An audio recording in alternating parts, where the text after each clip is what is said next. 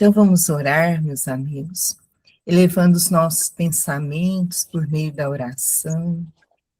Agradecemos a vós, Senhor, pela oportunidade bendita que todos aqui estamos recebendo do esclarecimento. Ampare-nos a todos, Senhor, para que estejamos todos também receptíveis à mensagem desta manhã. E que possamos, nas oportunidades que irão surgir, colocar esse esclarecimento em ação. Ampare os nossos corações, ampare as nossas mentes, e cada um de nós, onde estivermos, o nosso ambiente também. Que assim seja.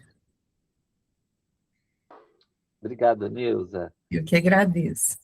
Então, gente, nós vamos trazer aqui a dona Júlia, que vai falar do tema Como Kardec atuava na unificação do movimento espírita. Então, dona Júlia, muito bem-vinda, a palavra é sua, e a gente vai apoiando a senhora aqui ao longo do trabalho. Obrigada, Valteno. E é um tema, assim, que eu gosto muito de falar, né? Que é justamente lembrar Kardec, estudar Kardec, ver como é que ele agia ao seu tempo, os exemplos que ele deixou para que nós possamos tentar seguir aqui no nosso movimento espírita. Então, eu tenho, ao longo dos anos, tentado conhecer um pouco, né, do que Kardec fazia, e falamos muito disso no movimento espírita, para que nós melhorássemos, né, e qualificássemos melhor a atuação das nossas casas espíritas e da própria USE. Então, lembrando, o tema como Kardec atuava na unificação do movimento espírita. Na verdade, o movimento espírita surgiu a partir do Kardec, e dentro de alguns anos após o lançamento do Livro dos Espíritos, então foram formando ali núcleos mais organizados de estudo do espiritismo. No início não era esse centro espírita que nós temos hoje, mas eram núcleos recentes de estudo da doutrina espírita, que antes do estudo iniciaram esses núcleos com a mediunidade, né? Então, surgia lá um médium recebendo por psicografia, por psicofonia, e iam formando núcleos em torno desse médium, e aí, com o lançamento, né, do Livro dos Espíritos, principalmente com o Livro dos Médiuns, porque até então não havia um conhecimento maior sobre a mediunidade, e, sobretudo, com tudo que a doutrina espírita, através do Livro dos Médiuns, veio trazer-nos, um verdadeiro tratado de mediunidade que nós temos,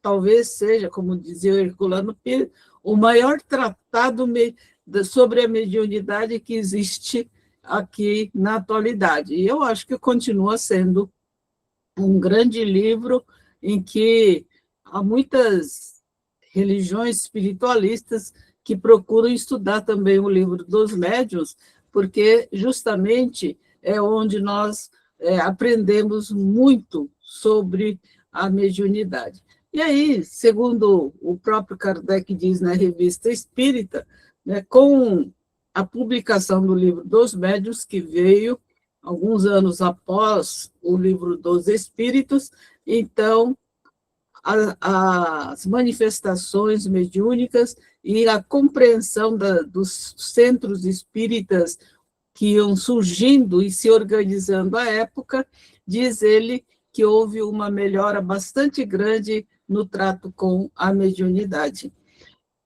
Até porque o livro nos ensina a trabalharmos a análise crítica, né, das mensagens, não aceitar tudo e dar ali os critérios todos para que nós possamos ali aprender a lidar com a mensagem mediúnica de uma forma em geral.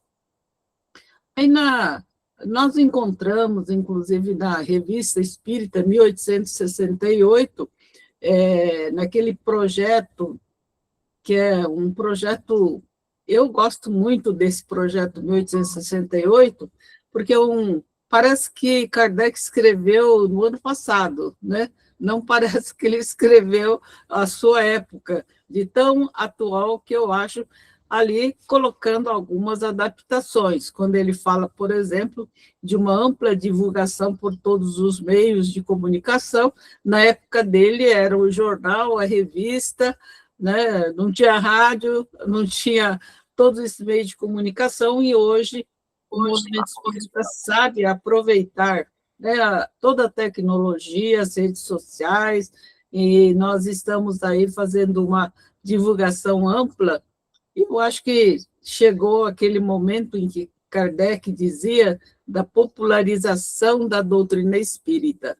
Então, acho que hoje temos uma popularização da doutrina em massa, né, em toda parte, no Brasil e no mundo, através das redes de comunicação e das novas tecnologias. Também, junto com essa novidade, nós temos ali a necessidade de aprender a escolher aquilo que é doutrinário e aquilo que não é tão doutrinário, e aquilo que não é absolutamente doutrinário, e que também entra na rede com o nome de espiritismo, né? Então, mais uma vez, a importância de estudarmos a doutrina espírita. E aí eu lembro que Kardec, ele não só recomendava o estudo dos livros, né, da doutrina espírita, como também a questão de organizar o movimento. Então, a finalidade do movimento era exatamente para não só estudar, divulgar, mas de estudar a doutrina espírita para que a prática fosse uma prática coerente, né, com a doutrina espírita, e também para que nós pudéssemos, para que ele, na época, e hoje nós, pudéssemos colocar a serviço, né, e ao alcance de todas as pessoas, inclusive da sociedade. E que assim, como ele dizia, né, deixou escrito isso não só na Revista Espírita, como também na Constituição do Espiritismo, também na Revista Espírita, quando nós estudamos a viagem de 1862, tem lá um tratado muito interessante, né? Talvez um pouco rígido para os nossos costumes atuais, mas ainda são recomendações de como deve funcionar, como devemos tratar determinados assuntos nas nossas casas espíritas. Hoje, lendo as recomendações de Kardec, nós temos que fazer alguma adaptação, principalmente aquela questão de uma rigidez muito grande, que naquela época havia necessidade. Hoje eu acho que nós estamos mais amadurecidos, então nós podemos trabalhar de uma maneira mais atual com os nossos costumes de hoje. Então, ele diz que nós deveríamos instruir e esclarecer os homens, né? Para quê? Para abrir uma nova era para a regeneração da humanidade. Isso é uma questão que, às vezes, nós fazemos tanto na doutrina espírita, tentamos o estudo, tentamos a prática coerente de acordo com a doutrina, mas, às vezes, a gente não sabe qual é a meta que nós temos que chegar lá, e Kardec deixa muito claro que estamos aí abrindo, né, todo esse estudo, toda essa divulgação da doutrina espírita, abrindo uma nova era para a regeneração da humanidade. Então, eu sempre me pauto, né, por por essa fala de Kardec, para que nós possamos fazer o trabalho efetivo junto ao nosso movimento espírita. Então, uma outra coisa que eu sempre procuro lembrar e pautar é quando Kardec diz também que, assim como o movimento espírita, o espiritismo, assim será com o espiritismo organizado. Ele fala numa organização. E o exemplo disso foi a Constituição da Sociedade Parisiense de Estudos Espíritas, com todo o regulamento que ele colocou dentro dessa instituição. Né? Depois a gente fala um pouquinho sobre isso. Então, lá nós aprendemos o seguinte, que assim como assim será também com o movimento organizado, os espíritas do mundo inteiro terão princípios comuns, né, que vão ligar-nos, as palavras não são exatamente essas, tá?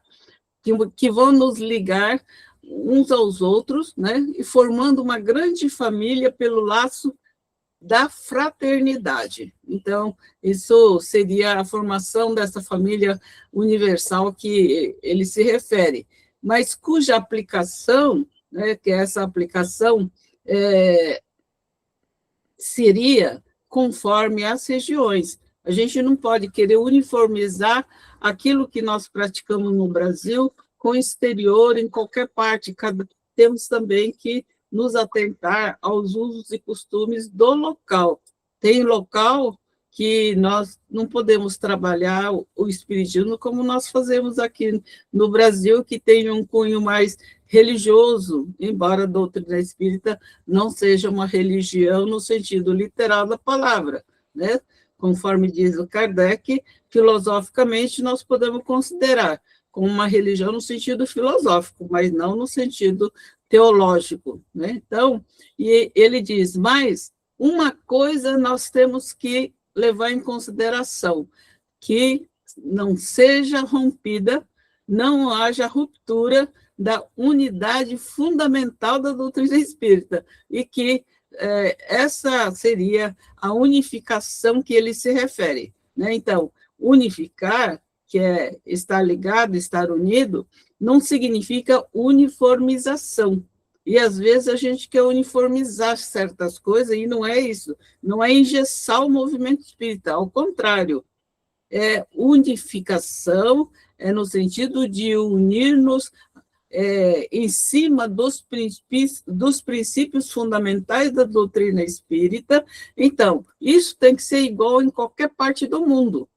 Então, esses princípios que são fundamentais, sim, nós unificamos e todos nós vamos falar a mesma linguagem. Agora, como isso acontece em cada local, como o centro espírita se estrutura em cada local, o próprio Kardec já deixa sinalizado, dizendo que aí nós temos que respeitar cada região de uma forma conforme aquela região, né? Então, por isso que muitas vezes o brasileiro quer levar o espiritismo do Brasil para o exterior, não dá certo, porque num país, por exemplo, na Europa, nós não podemos levar o espiritismo conforme nós levamos aqui, porque eles trabalham muito mais pelo lado, entendem o espiritismo mais pelo lado científico, filosófico, do que pelo lado, vamos dizer assim, que nós criamos no Brasil a viés religiosa,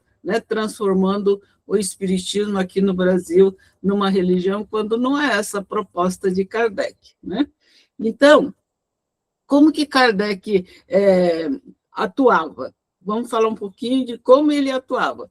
Kardec, ele atuava no movimento espírita nascente, né? Porque, naturalmente, ele não tinha esse movimento pujante que nós temos hoje, principalmente no Brasil, de um movimento espírita quando a gente fala movimento espírita, é a somatória de tudo que nós espíritas fazemos nas nossas casas espíritas, que nós fazemos pelas federativas, nós fazemos em conjunto, tudo isso é considerado como um movimento espírita, é um movimento de nós espíritas em torno da prática e da difusão do estudo da doutrina espírita. Então, isso é o que nós denominamos de movimento espírita e que Kardec colocava também sobre essa unificação do movimento espírita, né? Não com o sentido que hoje nós temos, que hoje nós também existe uma diferença entre a época de Kardec e hoje, até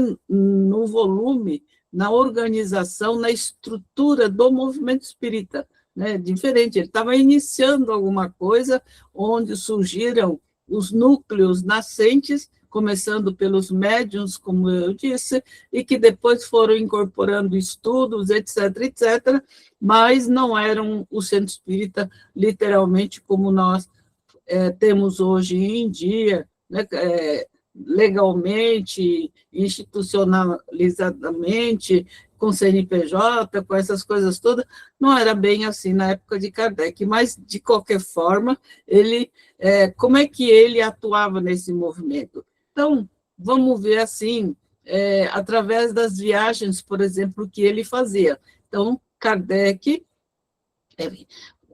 principalmente, são algumas viagens que são mais ou menos 20 cidades que ele viajou, segundo o relato da viagem de 1862, Kardec fazia essas viagens exatamente para levar orientação, para levar incentivo, né? Porque imagino hoje, em dia, com todo o recurso que nós temos, os centros espíritas, às vezes, se sentem isolados, se sentem sem orientação, né? Já não é tanto como na época de Kardec, ali, imagina só quando não tinha todos esse conhecimento, essa quantidade de livros que hoje nós temos e as orientações todas para guiar uma casa espírita. Então, Kardec fazia uma viagem. Até no projeto 1868, ele diz assim que a gente deveria dedicar, né, 2 meses no ano para visitar uns aos outros, para trocar experiências. Né? Está lembrado disso, né, Valteno? Que ele fala isso? Então, uma das coisas que nós sempre fizemos na USE foi de visitar as regiões. Então, acho que eu conheço mais de, sei lá, umas 100 cidades do estado de São Paulo, são 645 municípios, eu creio que eu conheço mais de 100, acho, por causa do trabalho de unificação, né? Então, vamos contar um pouquinho aqui de Kardec. Como é que ele fazia isso? Kardec, em 1862, são as viagens mais famosas, que ele viajou durante 60 dias, e aí ele visitou 20 cidades, e imagina ele sem carro, sem o conforto de hoje, sem avião, né, viajando ali, ainda bem que tinha trem, né? Já tinha trem, tinha uma malha ferroviária na época, então, mas andava a 50 quilômetros por hora, segundo eu vi aí em algum lugar na Revista Espírita, em que o máximo de velocidade que o trem atingia era de 50 quilômetros por hora. Então, imagina a dificuldade. Bom, mas se a gente falar em dificuldade, a gente vai ter que lembrar de Paulo de Tarso também, que não tinha nem a malha ferroviária, ele andava no dorso de um cavalo mesmo, né? E a época de Jesus que ele andava a pé. Então, hoje a gente reclama assim de barriga cheia, né? Hoje nós costumamos reclamar da nossa, vamos dizer, do dever que nós temos como espíritas e como dirigentes, e reclamamos de tudo, e nós temos aí uma rodovia, uma estrada como aqui, para quem é de São Paulo, né, a rodovia Bandeirantes, a Anhanguera, a Castelo Branco, aqui no estado de São Paulo, são rodovias que parecem um tapete assim, para você andar de carro. Você pode andar de carro, lá não dá para andar mais de 120, porque a lei não permite, mas você pode andar a 200 km por hora, que é um tapete assim, né, de asfalto. Enfim, são facilidades que nós temos hoje e a gente, às vezes, não estamos aproveitando a oportunidade. Kardec aproveitou muito bem a oportunidade. Quando eu leio essas viagens dele, eu falo, meu Deus do céu, como é que esse homem, durante 60 dias, né, imagina o cansaço disso, viajar por 20 cidades, principalmente, ele participou de mais de 50 reuniões nessa viagem, em 1862. Né? Quer dizer, fora os discursos todos que ele fez em toda parte, ele também participava das reuniões. Então, tinha lá o Centro Espírita, tinha suas reuniões instrutivas ou mediúnicas, ele ia lá e participava das reuniões exatamente para que ele pudesse avaliar, dar orientação, etc., etc. Está certo que o Espiritismo era nascente, mas eu admiro muito profundamente todo esse esforço de Kardec. E não tinha outra pessoa para fazer, porque ele estava, na verdade, criando multiplicadores à época. Né? Hoje nós temos milhares, milhões de multiplicadores aqui no nosso meio, mas ele não tinha. Então, essa é uma das coisas, né? Tem um livro, acho que uma boa parte de vocês deve conhecer, que é justamente A Viagem de Kardec de 1862. Né? Na época, quando ele publicou esse livro, ele chegou a dizer assim, olha, porque tudo que viajava, todas as experiências, o laboratório dele era revista espírita, essa que o Walter se referiu, né, no início aqui da nossa reunião, e que hoje a equipe da infância da USE, né, que é liderada justamente pela Mônica, que idealizou e fez essa revista. Então, contando alguma das histórias que está lá na Revista Espírita. Né? Então, essa é a primeira revista de 12 volumes, então, eu acho que vai ser assim, muito legal termos essa revista mais de alcance aos jovens, às crianças, aos evangelizadores, eu creio que isso será de grande valia. Então, e Kardec, conforme nós dizemos, essa viagem de 1862 mereceu um livro, e ele diz, olha, dava para fazer 2 volumes, né, da Revista Espírita, não era suficiente as páginas da Revista Espírita, que era mensal, depois foi juntado anualmente para formar um volume, que nós conhecemos o volume da Revista Espírita, mas com todos os meses fechados num volume só. Então, primeiro, a revista o início da revista, 1858, que foi a revista número 1, né? O ano inteiro está fechado e nós conhecemos assim.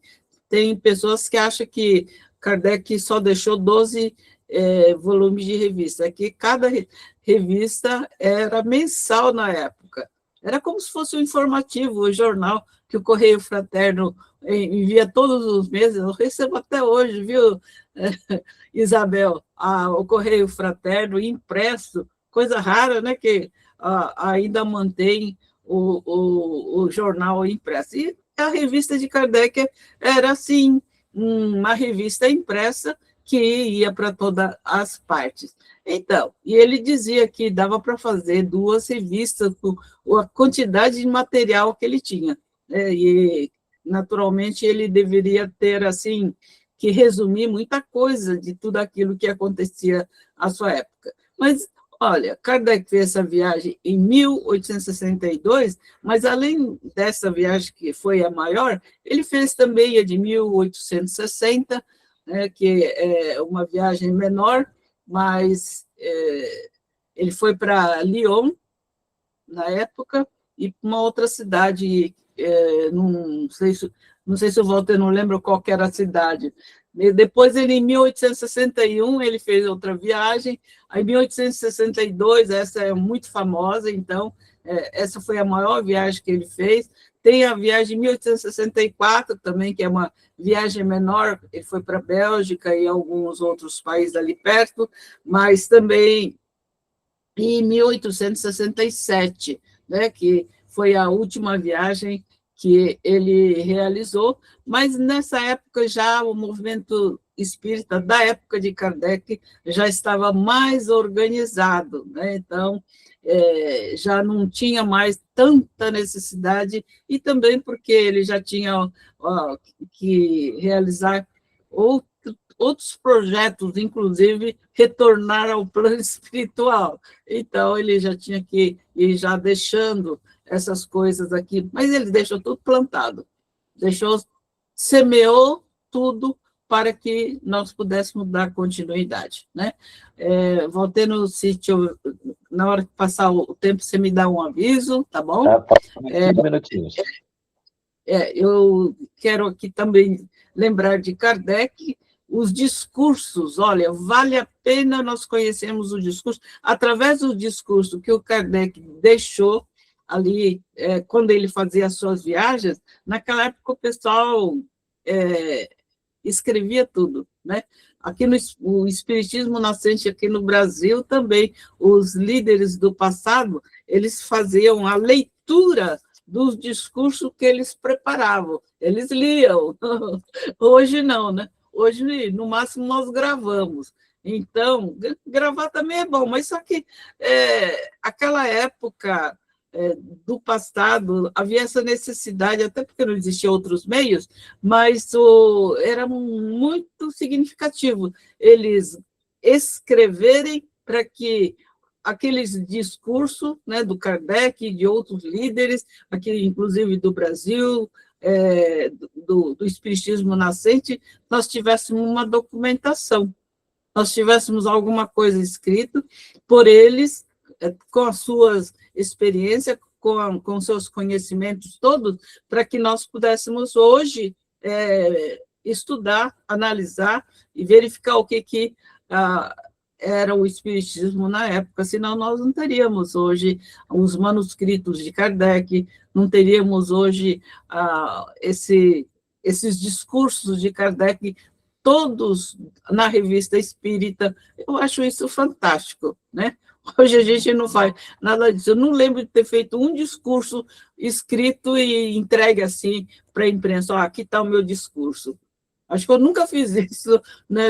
Nem é outra época. Mas é interessante isso, né?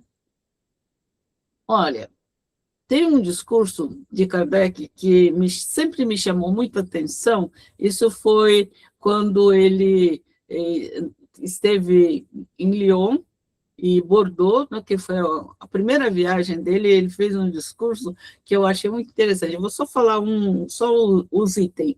Então, entre os que adotam as ideias espíritas, né, conforme ele dizia, ele fez uma classificação de 3 categorias, né, para a nossa reflexão de hoje, tá?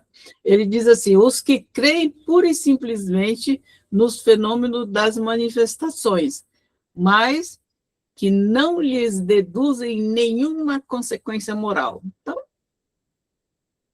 estamos aí, entre nós ainda nós temos muitas pessoas assim, né? Às vezes nós chegamos na doutrina também assim. Os que veem o lado moral, mas aplicam aos outros e não a si mesmo.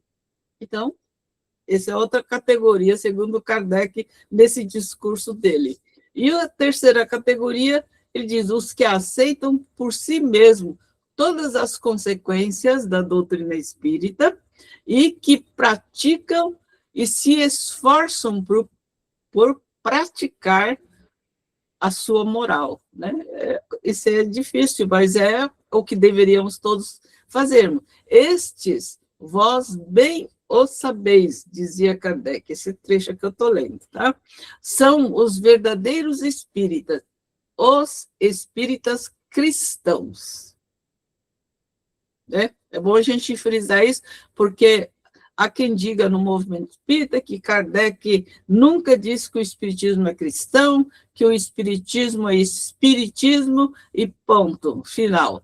Né? Mas, tá certo, o cristianismo, não digo, mas os ensinamentos de Jesus estão dentro da doutrina espírita. Ele é o nosso modelo e guia da humanidade. Então, os seus ensinamentos todos fazem parte da nossa moral espírita. A moral espírita, a moral do Cristo, ao meu ver, é a mesma coisa, né? Então, essas três categorias que ele classificou, a gente medita até hoje, dizendo o percurso que nós temos ainda que caminhar, porque não basta conhecer a doutrina, conforme ele dizia, mas é preciso praticá-la, né? Então, essa é uma recomendação que nós aqui fazemos para nós mesmos sobre esses discursos. Seria lindo estudarmos o discurso, mas a Revista Espírita está na internet, todos nós podemos ter acesso, e é interessante se a gente pudéssemos, pelo menos, conhecer os discursos de Kardec, porque ali a gente vê verdadeiramente a grandeza de Kardec nos seus discursos. Porque uma coisa é você ler o livro dos Espíritos, mas é dos Espíritos, não é de Kardec, né? Embora tenha aquela parte em que nós negritamos no livro, onde são as observações de Kardec a respeito daquele assunto. Assim como no Evangelho segundo o Espiritismo, acho que o Evangelho segundo o Espiritismo foi o livro que mais Kardec escreveu, porque toda a parte da explicação dos itens que ele chama no início do capítulo, né, trazendo os itens do Novo Testamento, né, olha aí, ó, do Novo Testamento, de Jesus, etc., então, inserindo no Evangelho segundo o Espiritismo. A grande não, totalmente, todos os capítulos, os comentários são de Kardec, ali você conhece um pouco de Kardec também. Porém, eu vejo mais Kardec, né, nesses discursos que ele deixou para o movimento espírita nascente.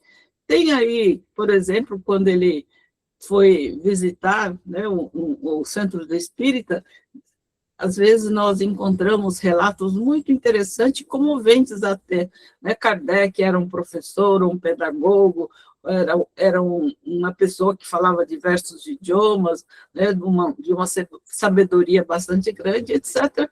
Ele se encontrava com os seus dirigentes das casas espíritas e tem ali algumas narrativas, por exemplo, dele encontrando um senhor que dirigia um centro espírita muito simples, que era um operário, e os dois, então, encontravam-se, confraternizavam-se, davam as mãos e se abraçavam. Né? Então, eu acho que tudo isso que Kardec fazia era muito bacana.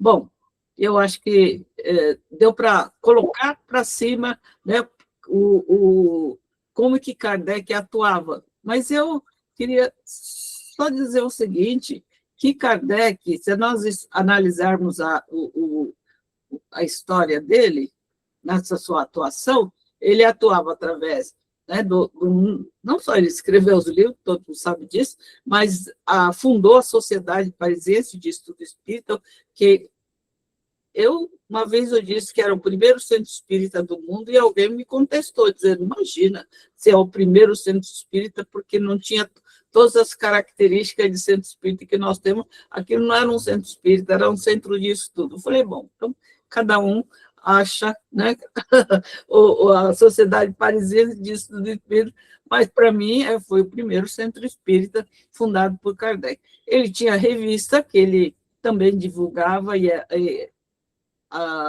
ia colocando as suas experiências e também ia fazendo as suas viagens para ir visitar. Ele não esperava todo mundo chegar na sociedade, mas ele saía da sociedade e ia até os locais visitar as casas espíritas. Então, eu acho que essa é uma atuação de Kardec que serve até os dias atuais, né?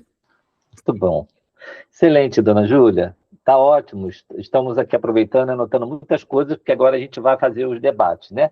A Isabel levantou a mão, vou dar a palavra para ela, e aí depois eu prossigo aqui na agenda. Era só para lembrar, eu há pouco tempo, a Júlia já deve ter essa informação, mas eu achei curioso o trabalho que o Charles Kemp fez sobre levantamento de documentos históricos, né, levantando todo o material, e tem encontrado muita coisa que complementa o livro, traz a miúde a história do livro Viagem Espírita 1862. Ele fez o livro, ele reduziu, ele contou as coisas principais, né? Mas eu acho muito interessante que o livro é a formalização. É assim, você vai passar a coisa com mais sobriedade. A revista era um campo de laboratório, ali a gente percebe um pouco mais o Kardec, uma coisa mais experimental, das coisas que ele colocava. E as cartas, eu tive possibilidade de ver uma ou outra, tem o Kardec ser humano ainda mais próximo, porque essas cartas, grande parte, é a troca de correspondência com a Amélie Boudet, com a esposa dele. Aonde ele ia, ele acabava escrevendo quase todo dia para ela e ela para ele, e confiava em o correio, realmente entregava a carta na data determinada. Quando ele entregava, atrasava um dia, aconteceu algum problema, eles se preocupavam, porque a carta não veio, ela então não me escreveu. E ali tem todo o lado humano do Kardec, que complementa as entrelinhas do que ele coloca no livro e na própria codificação. O ser humano realmente, que a gente sabe do pouco que a gente lê, né, sobre a história toda de vida dele. Mas era isso que eu queria complementar. E parabenizar, eu acho que esse trabalho ele tem que ser cada vez mais feito, né, cada vez mais olhado, o que está por detrás de todo esse trabalho da codificação. Obrigada, Júlia, muito bom. Obrigada, Isabel. O Charles Kemp, ele tem uma parte dessa documentação, mas ele mandou toda essa documentação para o Brasil, né, e está depositado na Universidade de Juiz de Fora. Então, junto com essa documentação, tem a documentação que foi obtida também pelo Adair Ribeiro, que ele é o curador do Museu ACOL online, e que também tem uma quantidade grande de manuscritos que foram depositados lá. E tem também os manuscritos de Canuto de Abreu, que o Lian, que é o neto do Canuto de Abreu, doou para a Fundação Espírita André Luiz, que também, não sei se tudo foi para a universidade ou não, mas está sendo concentrado todos os manuscritos de Kardec lá. E tem coisas fantásticas que, aos poucos, à medida da tradução, acho que a Isabel deve estar acompanhando, né, nós vamos encontrar ali informações preciosas da época de Kardec, escrita pelo próprio punho dele, e também manuscrito, desculpe, da Amélie Boudet, escrevendo para o Kardec, né? A propósito, em nenhum lugar Kardec chama a Amélie de Gabi. Ele chamava a Amélie pelo nome dela e ele colocava alguns adjetivos carinhosos, mas não tem nada lá de Gabi. Isso aí foi alguém que inventou e assim ficou, né? Muito bem. Mas tem muitas informações interessantes. Para isso, para quem tiver curiosidade, tem o livro A Biografia de Kardec, as biografias de Kardec, são mais de 80 textos, entre biografias e textos, que o Carlos Sete juntou e, diante dos manuscritos, ele fez a correção das imprecisões. Então, para quem quiser saber quais foram as imprecisões biográficas de Kardec, que até hoje foi o que nós aprendemos, e hoje nós estamos reformulando algumas coisas, né? não sei se vocês sabiam, Kardec adotou uma criança chamada Louise, ele e a Amélie, mas aí é outra história, fica para outro dia. Tá ótimo. Muito bem, dona Júlia. Bom, durante a sua fala, dona Júlia, a gente viu aqui a senhora mencionar sobre as viagens de Kardec, que ele visitava os lugares. Então, uma ação muito importante de Kardec no movimento foi esse contato, né, pessoal dele, até em outros países, para poder divulgar a doutrina. E aí, eu quero perguntar para a senhora e para o grupo, né, por que os espíritas eles não se visitam tanto? O que precisa para que os centros saiam de dentro de si e passem a encontrar uns aos outros, né? Eu vou abrir isso primeiro para o grupo, dona Júlia, e depois a senhora faz suas considerações conforme as respostas chegarem. Viu, pessoal? Agora é com vocês. Eu vou até tirar a gente aqui do foco e queremos a participação de vocês. Por que os centros se visitam pouco? Por que os espíritas se interagem pouco? Oi, Alan, pode falar, por favor. Eu acho que uma das dificuldades é o personalismo, né? Eu, pelo menos na minha região, eu vejo que o personalismo é uma que o Kardec critica, né? Que um dos problemas do espiritismo podia ser o personalismo. A gente percebe que as pessoas, muitas vezes, têm uma visão, uma leitura pessoal, que não está equivocada. Todo mundo faz a sua leitura pessoal. Eu só posso fazer a leitura minha do movimento espírita ou do espiritismo com a experiência que eu tenho. Mas, às vezes, isso prejudica o grupo, porque a pessoa não aceita a leitura pessoal dos outros. A doutrina espírita, no meu entendimento, é uma só. Mas como você entende e pratica, pode ser diferente. A doutrina é uma só, mas a prática da doutrina, como a Júlia falou no começo, né, a doutrina é uma só, mas como cada um pratica, como a gente pratica no Brasil, é diferente de como se pratica na Europa, que deve ser diferente como se pratica no Japão, na China, mas as pessoas muitas vezes têm dificuldade de lidar com o personalismo dos outros. Então, a pessoa prefere ficar no espaço pessoal, que ali ele domina, né? Então fica mais difícil a convivência. Então, a gente precisaria, como diz Kardec, lutar contra o personalismo no movimento espírita. Ou seja, a pessoa quer ficar só com o seu próprio personalismo e não quer saber do personalismo dos outros. Tá ótimo. O Alan, você antecipou a próxima pergunta, viu? Mas eu não vou entrar na próxima pergunta do personalismo. Eu vou continuar com a pergunta sobre a visitação, mas foi um ótimo ponto, né?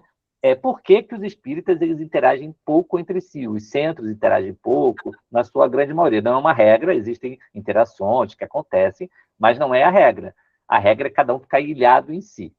Essa é a pergunta, gente. O que vocês acham aí? Oi, Neuza, pode falar. Bom, eu concordo com o nosso irmão Alan, eu acredito que tem muito a ver com personalismo, sim, e também tem muito a ver com a não compreensão da finalidade da instituição, sabe? A gente não compreende muito bem o que qual a missão da doutrina espírita na Terra e qual a finalidade da casa espírita. Eu penso que se compreenderem melhor isso, ou compreendermos, né, melhor isso, haveremos de nos unir mais, de estarmos mais próximos. Muito bom ponto, Neuza. Excelente. A gente pode explorar um pouco mais isso aqui, né? Então, os espíritas eles estão dentro da casa espírita, mas não entendem a missão da instituição Centro Espírita, não entendem a missão da casa espírita. E aí, tentando traduzir um pouco o que a Neuza está falando, se eu entendo que eu estou trabalhando para uma melhoria do mundo e dos homens, eu não estou cuidando só da minha casa. Todas as outras me interessam, né? Acho que é um pouco disso. Obrigado, Neuza, ótima contribuição. Quem mais, gente, quer falar? Por que os dirigentes, os trabalhadores, eles ficam assim, ilhados, não fazem essas visitas, né, como Kardec fazia, não saem de dentro da sua casca ali?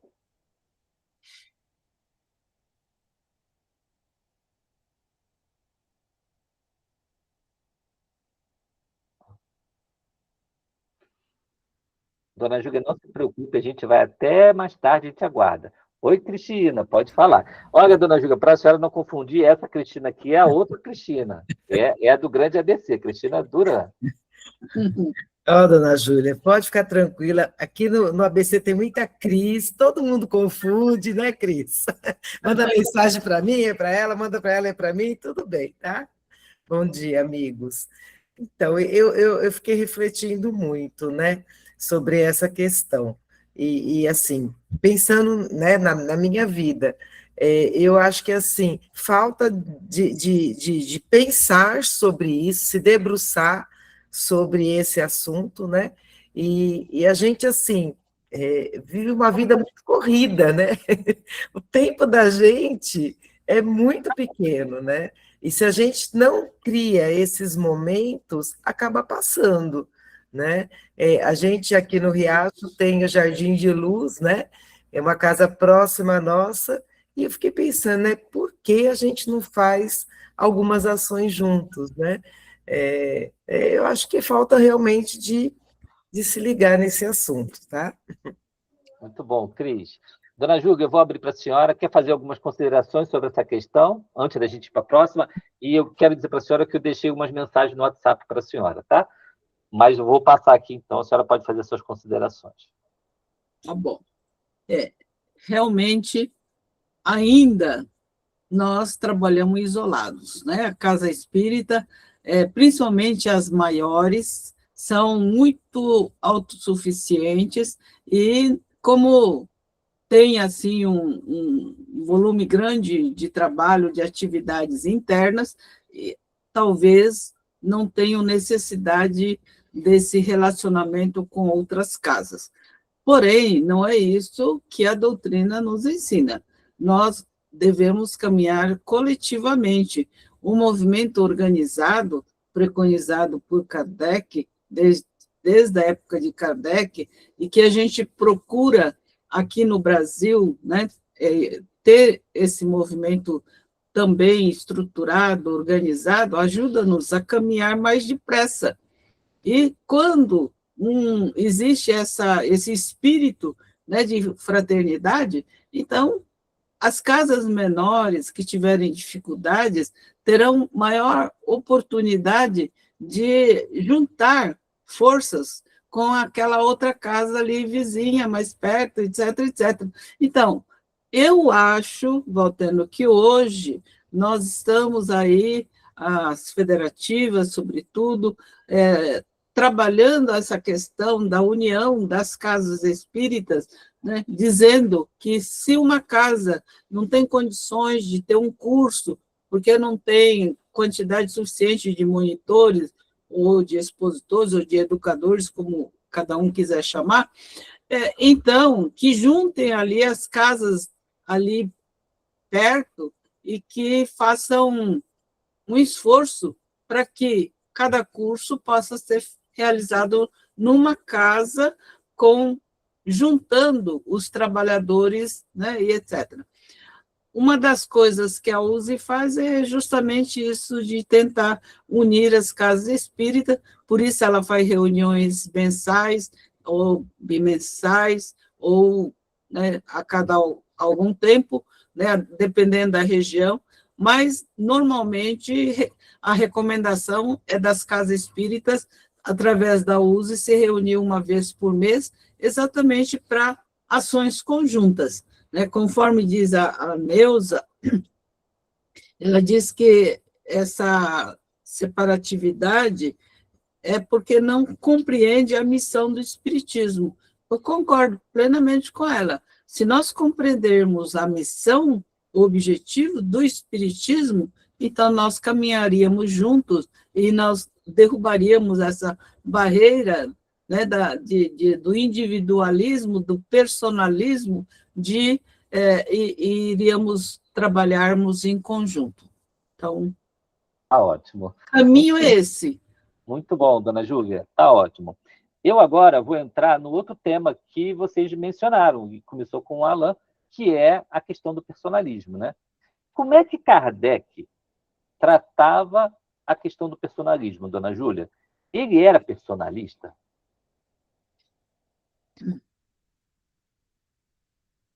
É para mim? É, para a senhora. Ah, para mim. Olha, há quem diga que Kardec era autoritário, né?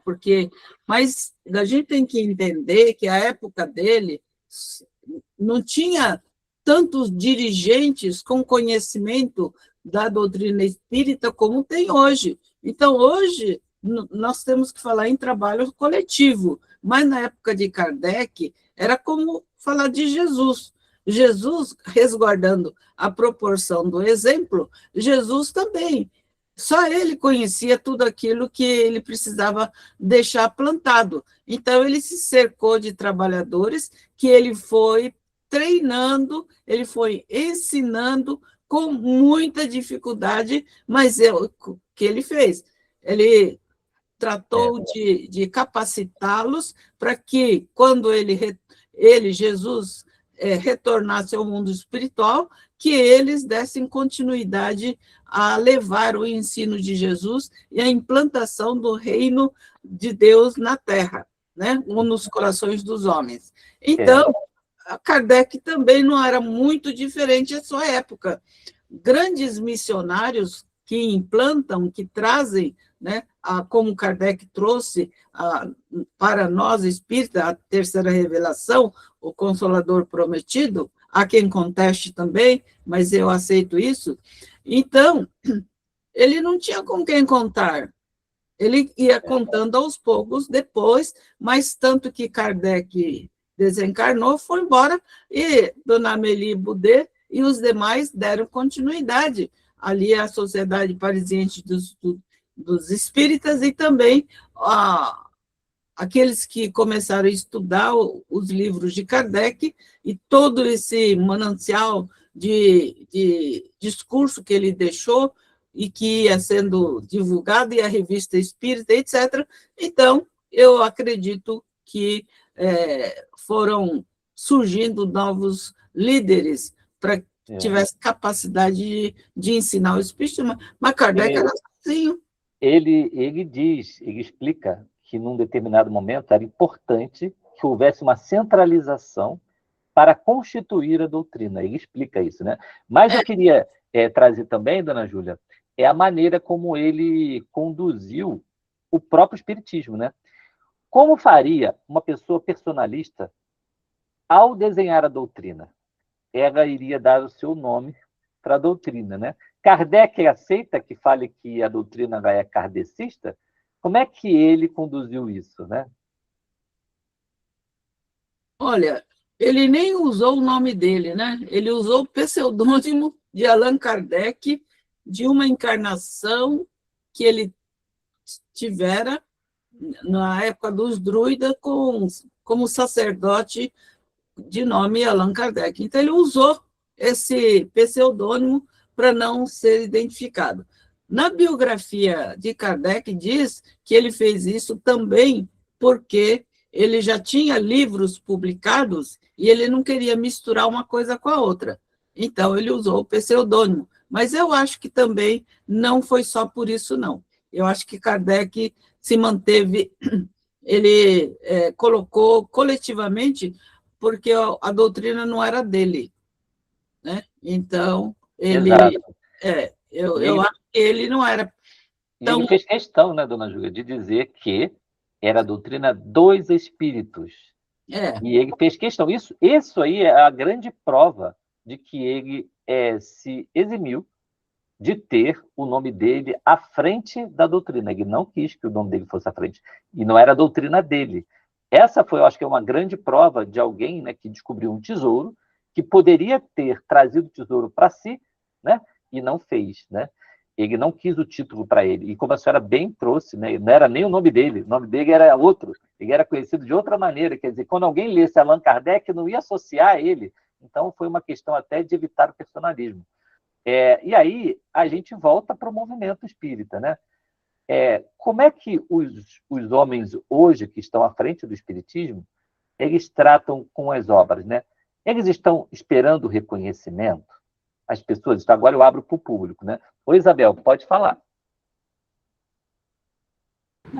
Era sobre só um complemento, né? O próprio livro, na questão anterior, o próprio livro Viagem Espírita, o comportamento dele denota que ele não era nem um pouco personalista, porque na correspondência com o livro dele falava por quem eles me tomam, porque até ele assustou, ele não imaginava que ele fosse ficar em evidência. O ser humano gosta de sempre ter a referência lá na personalidade, e ele se exibia, eles falavam, nos discursos ele fala, não faça um banquete, que eles chamavam, devia ser o coquetel de hoje, não se agastem com isso, o foco é outro, né?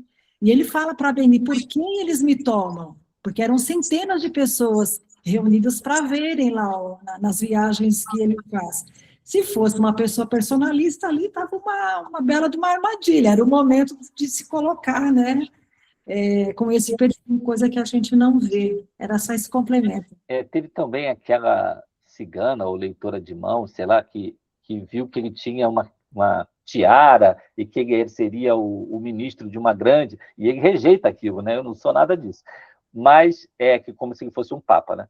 Mas voltando aqui para a nossa questão, dos dirigentes, né, no nosso movimento, a nossa pergunta para a equipe aqui os nossos dirigentes hoje, os nossos trabalhadores, eles estão esperando reconhecimento? É comum isso? O que acontece, né, quando não tem reconhecimento, gente? Oi, Alan, pode falar. Não, eu só queria observar, em cima disso, que tem uma frase do Emmanuel que eu gosto, eu acho que é do Emmanuel, que me falaram que era dele. Se não for dele, eu assino embaixo, porque eu gostaria de ter dito. Mas ele diz assim, né, que doutrina espírita é Jesus voltando, e movimento espírita são homens trabalhando. Ora, as pessoas são vaidosas, a vaidade e o orgulho ainda não saiu, quer dizer, não podemos imaginar que todos os espíritas não sejam nem vaidosos e nem orgulhosos. O movimento espírita é feito por criaturas imperfeitas, como todas as pessoas que estão no planeta, inclusive os espíritas. Ora, como é que nós vamos esperar perfeição e, assim, uma pureza, né, dos espíritas que fazem parte, que constroem o movimento espírita, na sua participação? Então, a gente entende, por exemplo, eu falo de mim, eu entendo por que acontece que as pessoas muitas vezes são, né, personalistas. Agora, o movimento, quer dizer, o movimento ele pode ir aparando os personalismos, né? Então, o movimento, como trabalha em conjunto, a pessoa começa a ter uma visão, assim, uma postura muito vaidosa ou personalista, os outros, que também têm seus defeitos, mas podem ir corrigindo para o movimento andar melhor. Agora, a perfeição, me parece que só Jesus ou Deus. Isso aí, Alan. Muito bem. Quem mais quer contribuir? As pessoas no movimento estão esperando reconhecimento? Isso é um problema hoje? Eu acho que isso não acontece na casa de ninguém, né?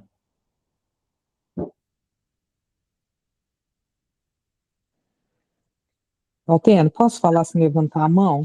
Pode. Eu tô do celular e aí é um pouco complicado.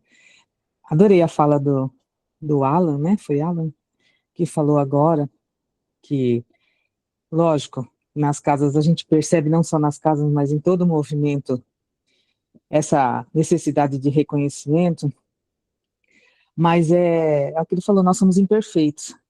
Esses que querem reconhecimento, a gente também não pode excluí-los, né? A gente também tem que abraçar com amor e tentar passar exatamente tudo isso que a gente está vendo aqui agora. Quanto mais informação, quanto mais forma de agir correta, com amor, né, a gente vai conseguindo mudar isso. É uma coisa do ser humano, né? Não tem como você tirar aquilo e falar, olha, essa pessoa... Não podemos... A gente tem que avaliar se aquilo está sendo prejudicial para o movimento, para aquilo que está sendo, para aquilo que está acontecendo. Se não estiver prejudicando, eu acho que a gente também tem que conduzir com amor, para que a pessoa, para que você possa, se você identifica isso no outro, que é mais fácil do que na gente, né? Claro, em primeiro lugar, a gente olha do outro, não olha de nós, mas se a gente consegue identificar, a gente tem que continuar trabalhando com amor para não afastar as pessoas, e senão a pessoa também nunca vai se corrigir, né? Mas desde que isso não prejudique o espiritismo, né? É isso. Muito bom, ótima fala, Estela, depois eu vou explorar isso aí. Oi, João Alves, pode falar. Bom dia a todos. Eu acho que, assim, quando se fala esperar reconhecimento, né, não que faça já esperando, mas é aquilo que o Alan falou. Ainda nós temos as nossas imperfeições e lá no fundo, a gente espera que alguém fale para a gente, agradeça o que a gente fez, né? Não que faça já de imediato, não vou fazer isso porque eu vou ter um reconhecimento, não. Às vezes a gente faz desinteressado, mas lá no fundo ainda tem aquele restinho, ainda tem aquele resto do orgulho, da vaidade, que às vezes é um perigo para nós, né? Que aí leva aos processos de influenciação, né? Então, acho que esse é o nosso problema. Ainda tem aquele restinho ainda que a gente ainda tem que depurar e desfazer dele para que a gente possa caminhar, né? Como acho que o Alan falou, não sei quem foi, ainda nós não somos espíritos perfeitos, né? Então, a gente não tem como. É isso. Aí. Jorge, você é o de São José do Rio Preto, não é isso? Opa, tá no mudo. Isso mesmo, é que eu coloquei o dedo aqui. Tá ótimo. Bom Foi tá muito bom o trabalho aqui. de vocês lá no Rio Grande do Sul, viu? Muito bacana. Obrigado, João. Muito bom ter você aqui conosco. Muito bem, gente. Esse tema é interessante, eu já vou passar para a dona Júlia também fazer as considerações dela, e eu queria só puxar a fala da Estela, que é profunda. Ela falou assim, olha, a gente também tem que ter um certo grau de compreensão com as pessoas que são personalistas e querem o reconhecimento, né? Eu digo isso porque, nas tarefas espíritas, se a gente for ver, quantos evangelizadores param de evangelizar porque às vezes não são reconhecidos e falam assim, a casa não reconhece. Ou quantos trabalhadores da casa reclamam e saem da casa porque a casa não me reconhece. Quantas casas espíritas são criadas por dissidências porque as pessoas estavam insatisfeitas, porque as coisas não podiam ser feitas da maneira que elas queriam. Quantas pessoas no movimento espírita elas abandonam tarefas ou se desligam vibratoriamente porque, não, agora é aquele outro grupo que entrou e aí eu não estou em sintonia com eles. Mas, voltando à questão da Neuza, se a gente estivesse ligado ao trabalho pelas verdadeiras razões, que é servir essa grande causa da humanidade, de mudança do mundo, que me importa se a pessoa vai pintar a sala de evangelização, se vai tirar o mural dos evangelizadores sem perguntar para ninguém, né? Se vai dar uma ordem que eu não gosto de cumprir dentro da casa espírita, se vai criar rotinas que eu não quero fazer dentro da casa espírita, que não importa se a causa é muito maior do que essas coisas pequenas, né? Então, eu acho que o personalismo realmente chega e atrapalha. Eu vou passar aqui para a dona Júlia, e depois eu vou falar a pergunta aqui dos conflitos. Mas pode falar, dona Júlia, se a senhora quiser complementar alguma coisa. Eu acho que é uma pergunta que você fez, diversas pessoas responderam muito bem. Eu acho realmente que ainda nós somos muito egoístas, né? Nós queremos o reconhecimento e faz parte isso das nossas imperfeições. Nós não desenvolvemos ainda a humildade o suficiente para nos mantermos incógnitos, oferecendo o nosso trabalho e sem buscar reconhecimento, né? É claro que o artista busca o aplauso, é claro que o dirigente espírita busca a alegria e o reconhecimento dos seus liderados para juntos trabalharem. Então, tem alguns reconhecimentos que são normais.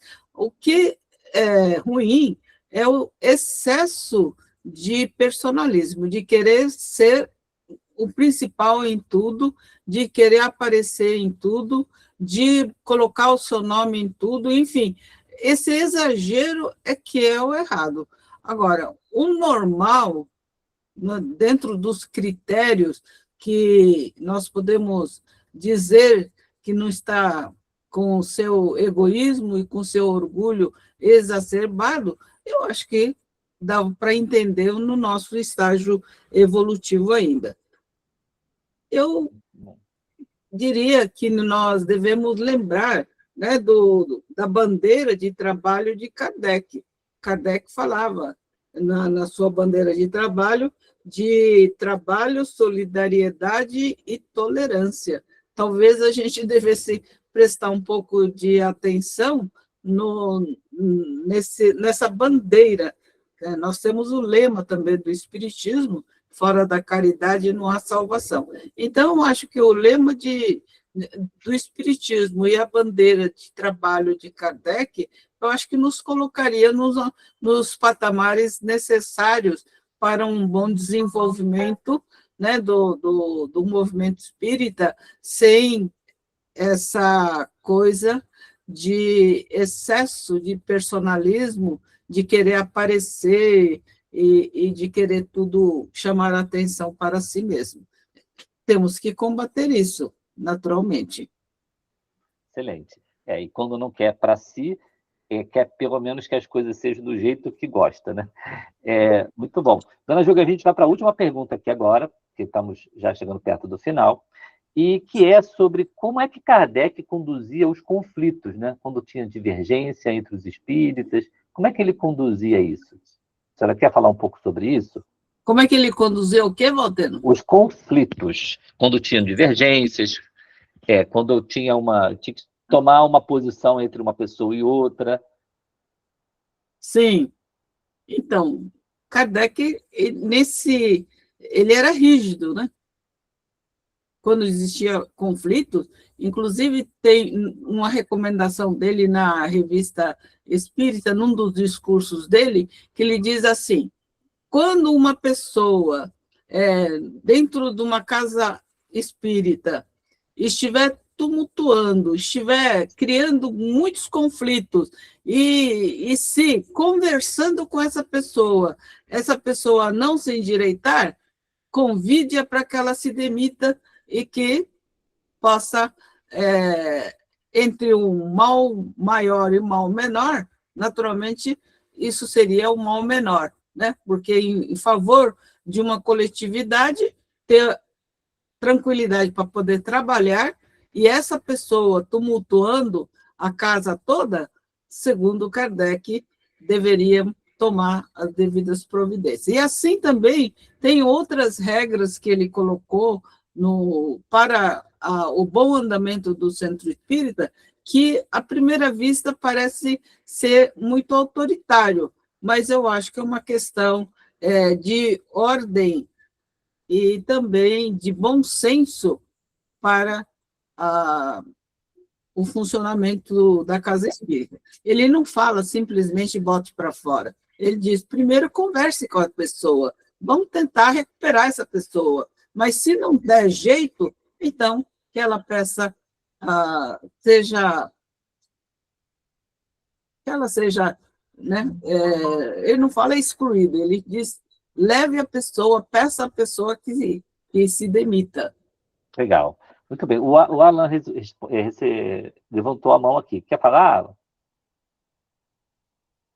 Oi? Olha, rapidamente.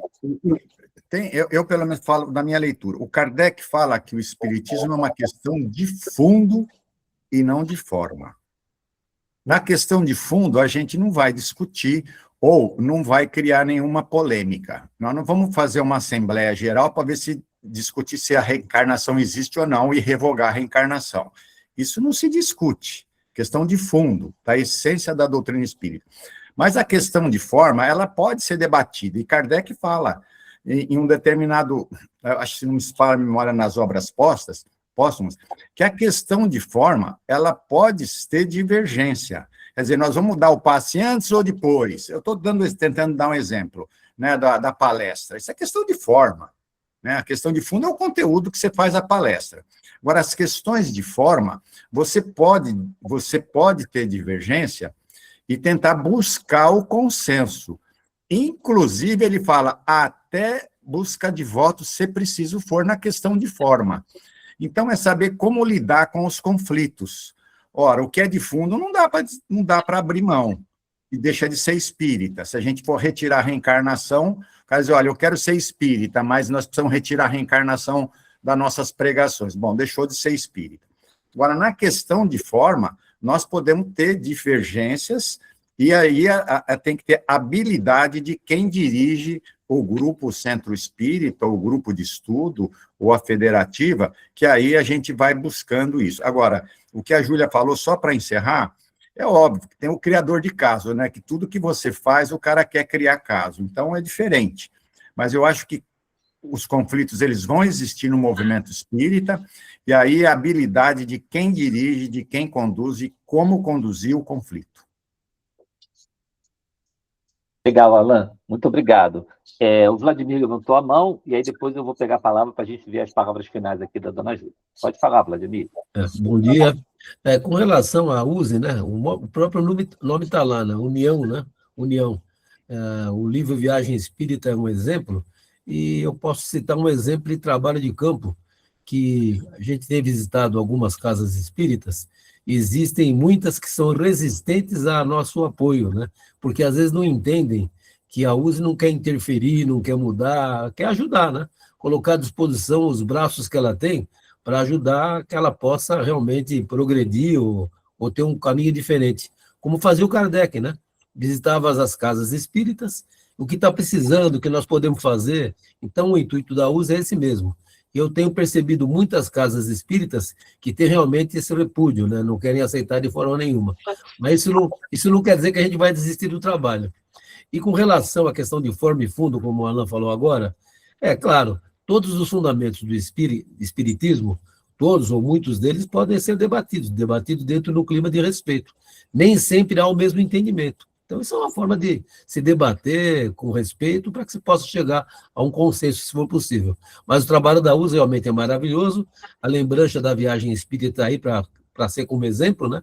E nós não podemos desistir, né? E é um alerta, né, para as pessoas que ainda não quiseram aderir ou nem conhecer, que ao menos abram a porta para nos ouvir, seria importante. É só.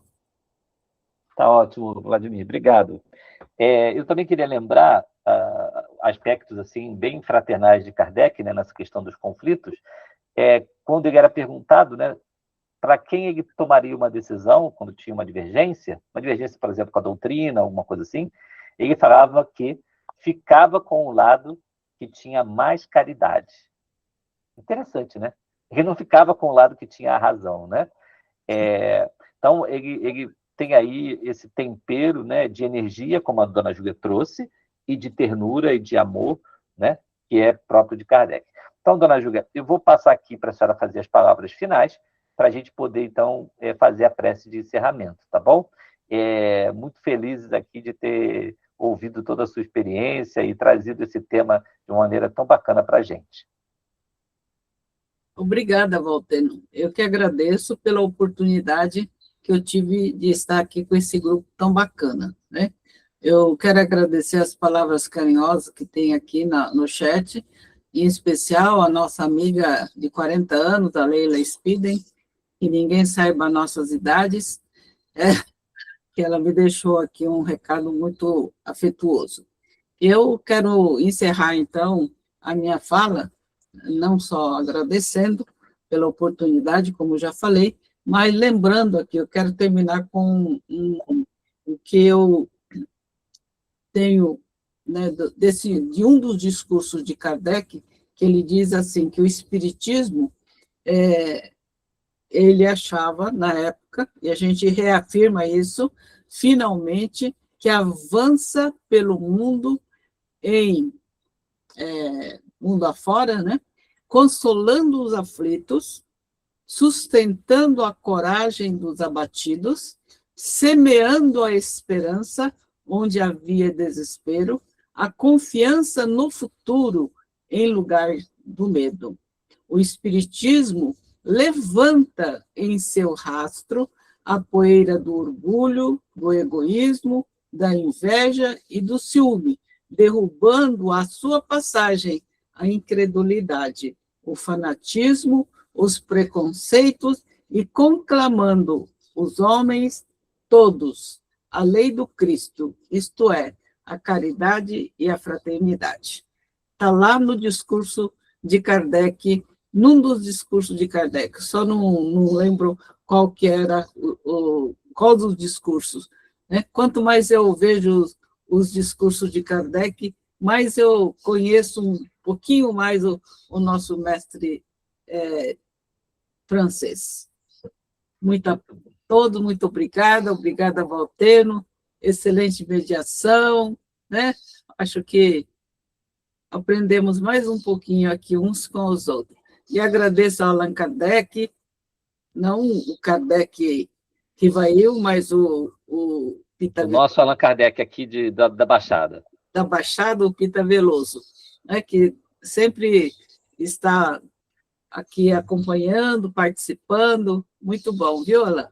E a todos, né? As duas Cris que estão aqui também. Agora eu sei distinguir muito bem quais são as Cris, a Cris da regional e a Cris da intermunicipal.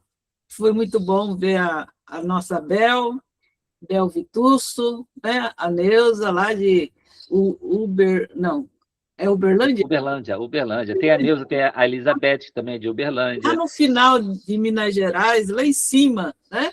Você viu, ó, tinha aqui São José do Rio Preto, tem Ourinhos, a Márcia de Ourinhos, tem a Nilzeli, também de São Carlos, tem muita gente de São Carlos, tem gente de todo o estado. Nilzeli está aqui também.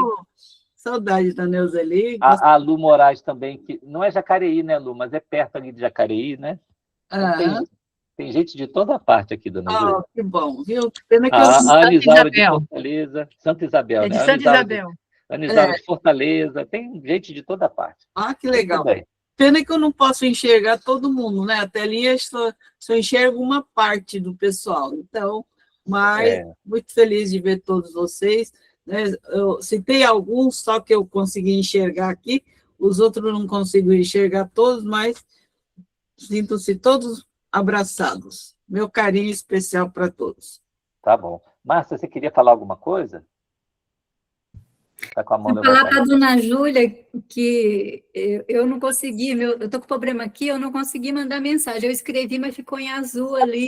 Um beijão no coração dela e a todos os amigos, dona Júlia. Obrigada por tudo. Obrigada, Márcia.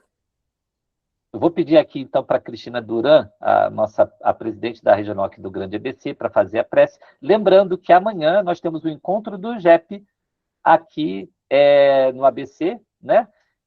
Cris, se você quiser falar um pouco desse encontro e fazer a prece, por favor, muito bem-vinda aqui conosco. Isso.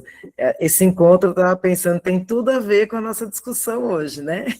Onde a gente vai se unir para fazer uma troca bem interessante, né? Esse ano estamos trazendo a questão de como inserir os jovens nos trabalhos da casa, né? Porque nós estamos já, né, envelhecendo e a Casa Espírita, o movimento precisa continuar, né? E a gente está muito feliz, né? Já temos 160 inscritos, né? Então, acho que vai ser um trabalho bem gostoso, né?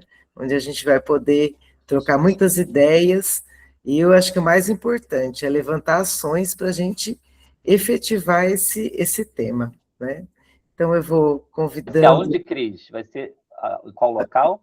Vai ser na Seara das Fraternidades, em São Caetano, é Rua Silvia, eu não lembro o número agora, e das 8 ao meio-dia, né? Então, a gente está pedindo para o pessoal não atrasar, porque das 8 às 8h30 a gente vai ter o café, que vai ser um momento para a gente, né, se confraternizar, depois é estudo.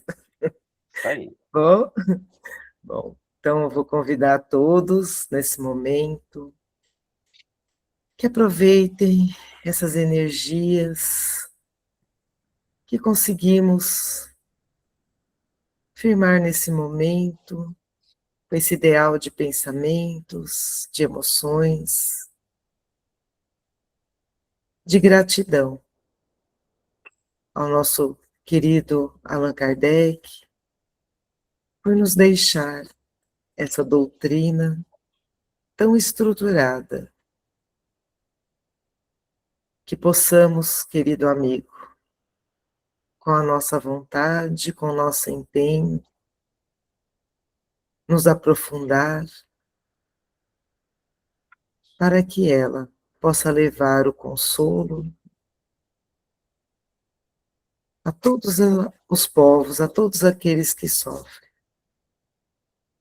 Agradecemos também ao nosso Mestre Jesus, esse irmão que segura o leme do nosso planeta com pulso amoroso e firme. E ao nosso Pai, Pai de amor e de bondade, que não esquece de nenhum dos seus filhos. Pedimos também, Pai amado, que abençoe a cada casa representada, a cada lar representado. Que possamos, com nosso grão de mostarda, levarmos o seu amor. Obrigada, esteja sempre conosco, agora e sempre. Que assim seja.